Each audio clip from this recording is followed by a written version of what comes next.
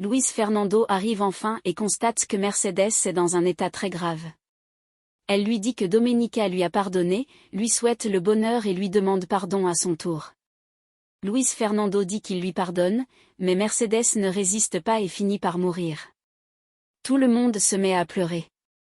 Pedro, bouleversé, dit que tout cela est de sa faute, mais Luis tente de le réconforter en affirmant qu'il n'est responsable de rien. Sur la route, Domenica croise Rosina et descend de voiture en lui demandant si elle va bien. Rosina répond que Chiara lui a fait peur. Domenica demande où Chiara est partie et Rosina dit qu'elle s'est enfuie. Domenica renvoie la fillette à la ferme en lui demandant de prévenir ses parents, puis repart en voiture à la poursuite de Chiara. André commente que le pistolet que Chiara portait ne fonctionne plus, et Branca suggère d'appeler la police. Pilar se tourne vers Ernesto et le supplie de ne pas faire de mal à Chiara, car malgré tout, elle reste sa fille.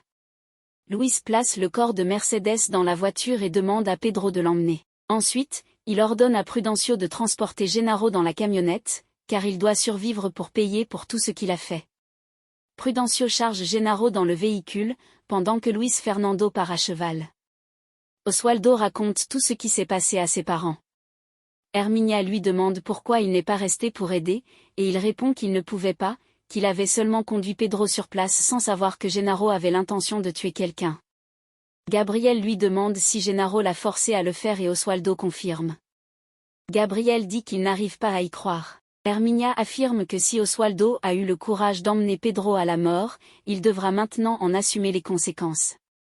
Oswaldo tente de fuir, mais Gabriel le retient. Désespéré, Oswaldo réclame la voiture et de l'argent pour s'enfuir. Herminia répond qu'elle le conduira à la police, même s'il est son fils.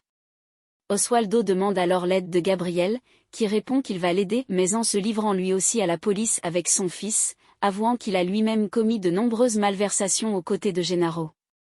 Oswaldo tente à nouveau de fuir, mais Gabriel le retient et dit qu'ils devront tous deux faire face aux conséquences de leurs actes.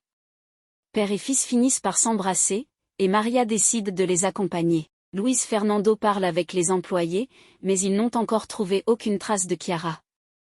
À ce moment, Bartolo arrive en signalant que Rosina a vu Chiara, et que Domenica est partie à sa poursuite. Luis Fernando se lance également à la recherche de Chiara.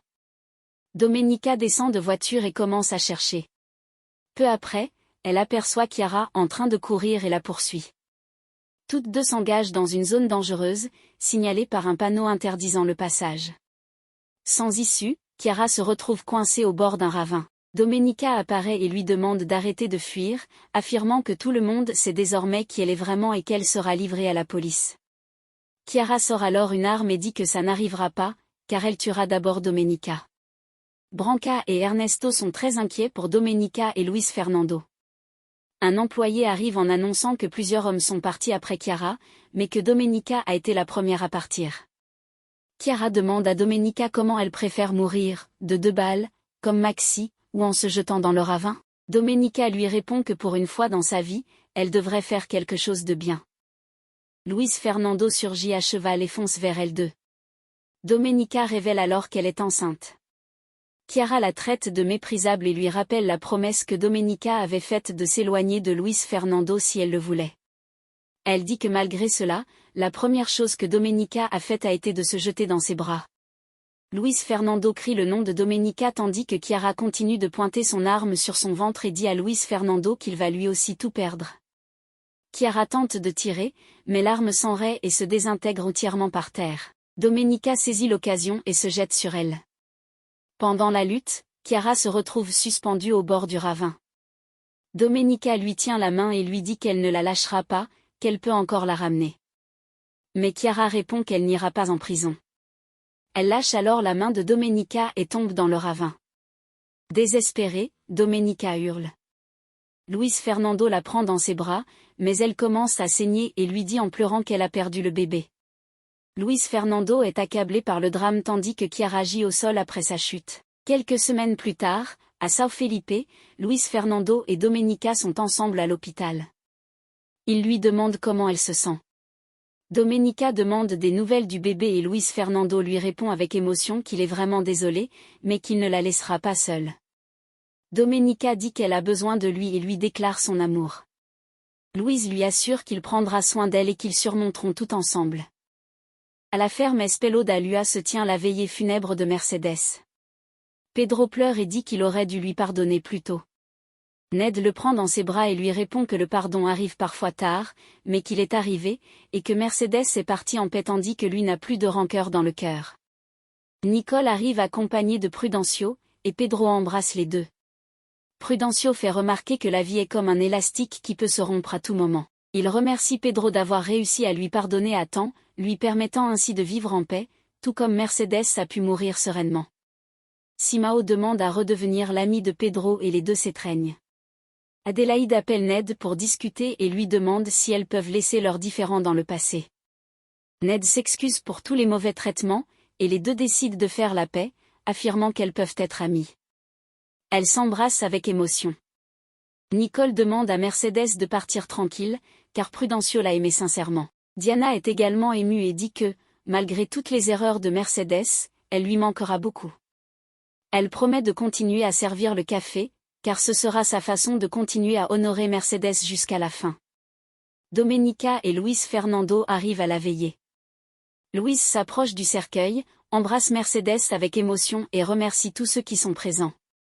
Il affirme que Mercedes a aimé avec intensité et que, par amour, elle a fini par commettre beaucoup d'erreurs. Puis il regarde Pedro et lui dit qu'elle l'aimait comme un fils et que, dans le plus grand acte d'amour de sa vie, elle a fini par lui sauver la vie. Luis Fernando conclut en disant que Mercedes est partie en paix, réconciliée avec la vie et avec tous. Ensuite, Luis Fernando et Domenica s'embrassent. Fabiana affirme que la seule chose qu'elle regrette vraiment, c'est d'avoir tué Cosme, car lui l'aimait sincèrement. Gabriel répond qu'elle n'est pas la seule à avoir tout perdu. Il dit qu'il a perdu 20 ans de mariage, que son fils va en prison, et qu'il ne peut s'empêcher de penser s'il pourra encore voir Maria et Dado. Herminia embrasse Oswaldo et lui garantit qu'elle ne l'abandonnera pas. Dado embrasse également son frère et dit qu'il se comportera bien pour le rendre fier. Oswaldo se baisse, caresse le garçon et répond que c'est lui qui va essayer de bien se conduire à partir de maintenant. Oswaldo parle ensuite à Maria et lui dit qu'il espère un jour pouvoir lui rendre tout le mal qu'il lui a causé. Les policiers l'emmènent alors vers le véhicule. Roberto dit à Herminia qu'il fera tout pour que la condamnation d'Oswaldo soit juste. Gabriel tente de courir pour voir son fils une dernière fois, mais il est déjà trop tard. À Mexico, Domenica rencontre Chiara. Domenica dit qu'elle aurait tout fait pour elle et regrette que les choses se soient terminées ainsi. Chiara lui répond d'arrêter de jouer à la gentille et affirme que si elle a fini sans pouvoir bouger, c'est à cause d'elle. Domenica lui demande pourquoi elle a voulu la voir, et Chiara répond qu'elle voulait simplement avoir le plaisir d'avoir le dernier mot. Elle dit qu'elle a gagné en réussissant à les tourmenter, elle et Luis Fernando, avec la mort de leur enfant. Domenica lui révèle alors que le bébé qu'elle attendait n'était pas de Luis Fernando, mais de Maxi. Chiara refuse de le croire et affirme que Domenica dit ça uniquement pour lui faire croire qu'elle a perdu. Domenica réplique qu'elle n'a jamais été en guerre avec elle, car cette rivalité n'a toujours existé que dans la tête de Chiara, nourrie par son égoïsme et son obsession. Avant de partir, Domenica lui dit que par amour pour Pilar, elle continuera à lui offrir exactement ce qu'elle déteste le plus. Avec rage, Chiara crie qu'elle n'a pas besoin de sa pitié et lui demande de revenir, car elle a encore beaucoup à dire. Malgré tout, Domenica s'en va tandis que Chiara continue de crier son nom. À São Felipe, Gennaro apparaît à l'hôpital après s'être fait amputer un bras. Neddy lui rend visite. Gennaro lui demande si c'est Domenica qui l'a envoyé, mais Neddy répond que non. Il admet alors qu'il a été un idiot d'avoir perdu une femme comme Domenica. Neddy lui rétorque qu'il s'est lui-même forgé des illusions à son sujet. Gennaro demande à voir Domenica une dernière fois et supplie Neddy de ne pas l'abandonner, disant qu'il est dans un mauvais état. Neddy répond qu'elle est venue uniquement pour lui dire au revoir et lui pardonner, en précisant clairement qu'il ne doit pas attendre d'autres visites de sa part en prison. Gennaro insiste en disant qu'elle est la seule famille qu'il ait et qu'il a pris soin d'elle pendant de nombreuses années. Mais Neddy répond qu'en réalité, il ne lui a causé que des souffrances. Désespéré, Gennaro la supplie de ne pas le laisser seul, mais Neddy affirme qu'étant donné le nombre d'années qu'il passera en prison, ils ne se reverront probablement jamais. Gennaro lui demande au moins une photo ou un peu de parfum de Domenica. Neddy lui dit de prendre soin de lui et s'en va.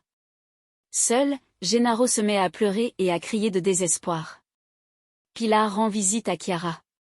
Elle lui dit qu'elle irait jusqu'en enfer pour elle. Chiara lui répond que si elle l'aime vraiment, elle devrait la tuer. Pilar refuse immédiatement. Chiara dit alors que Domenica l'a condamnée à vivre sans pouvoir bouger et qu'elle sera bientôt mise en prison. Elle la supplie désespérément de ne pas la laisser continuer à vivre ainsi.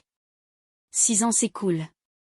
À la Fazenda do Encanto, les employés arrivent accompagnés de leur famille pour une grande fête. Domenica prend le microphone et dit que 6 ans ont passé, et que Santa Teresa do Amor a grandi en même temps que leur famille. Elle explique que cette fête a été organisée pour célébrer l'excellente récolte et annonce qu'ils ont une grande nouvelle à partager. Luis Fernando révèle que la construction de la clinique destinée aux travailleurs est enfin terminée et que l'inauguration aura lieu très prochainement. Tous applaudissent avec émotion. Domenica dit qu'il ne reste plus qu'à danser, profiter de la vie et célébrer ce moment. Elle invite tout le monde à se réjouir. Roberto fait remarquer à Pedro qu'il est désormais le maire de Santa Teresa. Ned plaisante en disant qu'elle n'a jamais compris comment quelqu'un qui a fait des études vétérinaires s'est retrouvé en politique. Pedro répond que son gouvernement travaille au service du monde agricole et fête ça avec sa fille.